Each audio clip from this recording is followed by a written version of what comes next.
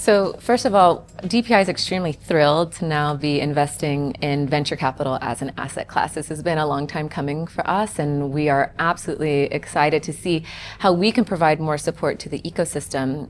Through the Nclude Fund, we're able to invest between pre-seed and Series C, and that mandate alone, I think, is extremely powerful for the ecosystem. You don't often see kind of a multi-stage fund in venture capital in Africa, and so us being able to tailor funding to earliest stage companies and support them all the way through growth, smoothing the funding curve that they typically, or I should call it a funding cliff that they typically experience, is something that we're really looking forward to bringing to the ecosystem. I think also DPI has a wealth of resources, having built companies, exited companies, built a lot of resources for those organizations, and we're able to right-size those resources to early stage companies. So whether that's governance toolkits, our impact and ESG approach, all of those things are things that we can help earlier stage companies embed from day one and have success in when they grow and evolve.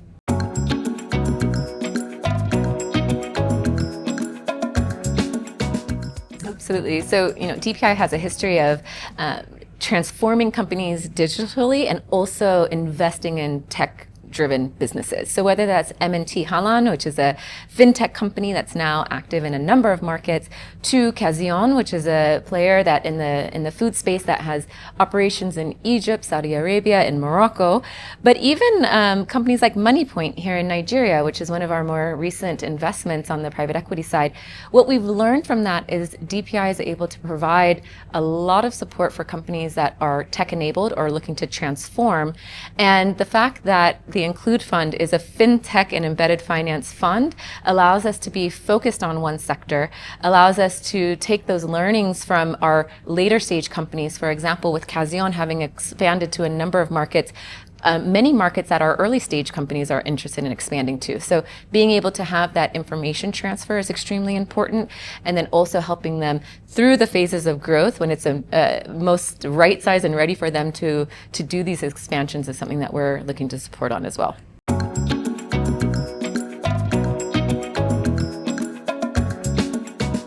Absolutely. So I've been in the venture capital space since 2014. I've worked at LGT, Accion Venture Lab, and I've gotten to see the transformation of the early stage venture capital space through many countries and many different platforms. But one of the underlying tones of my investment experience has been this intersection between finance and impact, and being able to build out impact theses, support companies in integrating not only impact analysis but ESG analysis as well, to support companies and underlying clients in their growth, but also kind of it's in my DNA. And so joining DPI, who has a strong impact and ESG focus, I was able to use the resources that they have available to them, but also my expertise on the early stage investment side in impact to really build out the investment thesis for the Nclude Fund and for DPI Venture Capital. And so we're looking forward to infusing that within our new investments that we're making, and then also helping those companies evolve and grow, in that impact vertical as well.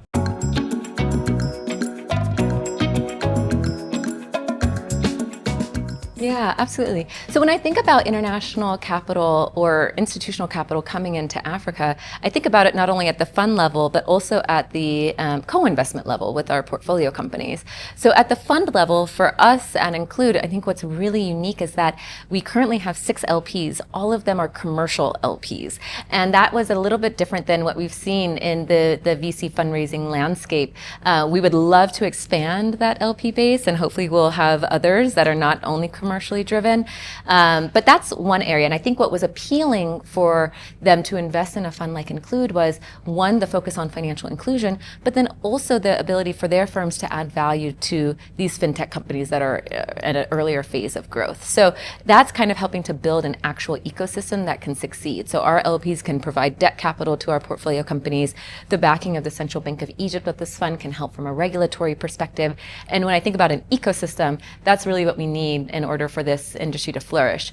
When it comes to co-investments, we're still seeing international investors co-invest with us, but we're also seeing the rise of indigenous African fund managers also. And I think when we see from 2022, when a lot of the international investors kind of not completely left, but started to focus on their core markets, that allowed an opportunity for the local fund managers to really step up. And in my opinion, they have done that. I've really enjoyed co-investing with our local ecosystem partners, whether that's in Egypt, in Morocco, and beyond. And I'm hoping for a lot more collaboration across this ecosystem as well.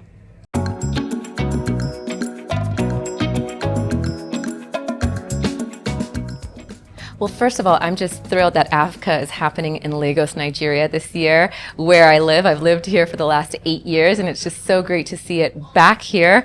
It's exciting to see the whole ecosystem here. What I've been thrilled to see is the number of delegates from Egypt coming in. So there's a whole group of professionals, fund managers, entrepreneurs coming in from Egypt, wanting to learn from the Nigerian ecosystem, wanting to find opportunities for collaboration.